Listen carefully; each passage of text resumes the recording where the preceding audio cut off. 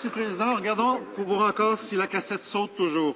Hier, en réponse à une question de mon collègue concernant le choix d'un vérificateur général unilingue anglophone, le président du Conseil du Trésor a affirmé, et je cite, « Après un processus rigoureux, le candidat le mieux qualifié a été choisi. » Maintenant, on est tous d'accord pour affirmer que le président du Conseil du Trésor n'a aucune crédibilité lorsqu'il est question de processus rigoureux.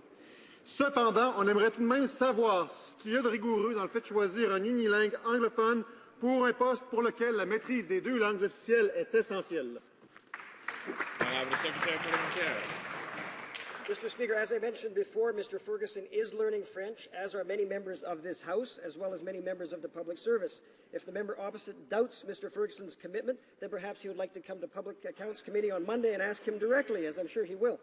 As far as Mr. Ferguson's qualifications are concerned, he comes with excellent references, but don't just take my word for it. Let me share one with you.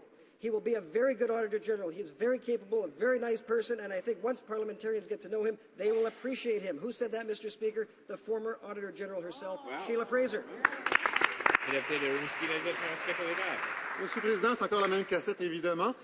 S'ils ont été incapables de trouver un vérificateur général qui, comme le poste l'indique, au moment de l'embauche, doit maîtriser les deux langues officielles, après des mois de recherche, ça vous donne une indication du type d'employeur que les conservateurs sont.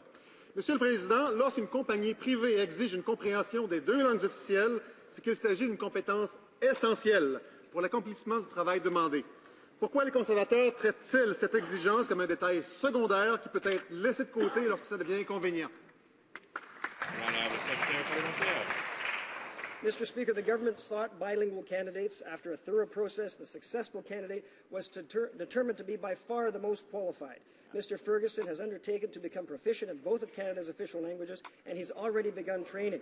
Mr. Ferguson has a proven track record of public service for the province of New Brunswick. But don't take my word for it. Here's a quote, Mr. Speaker. What Mike Ferguson will face in Ottawa as opposed to Fredericton will be simply a few extra zeros at the end of the numbers. The same skills and the same types of experience will count in both jobs. Who said that, Mr. Speaker? The Liberal leader, Victor Bordeaux.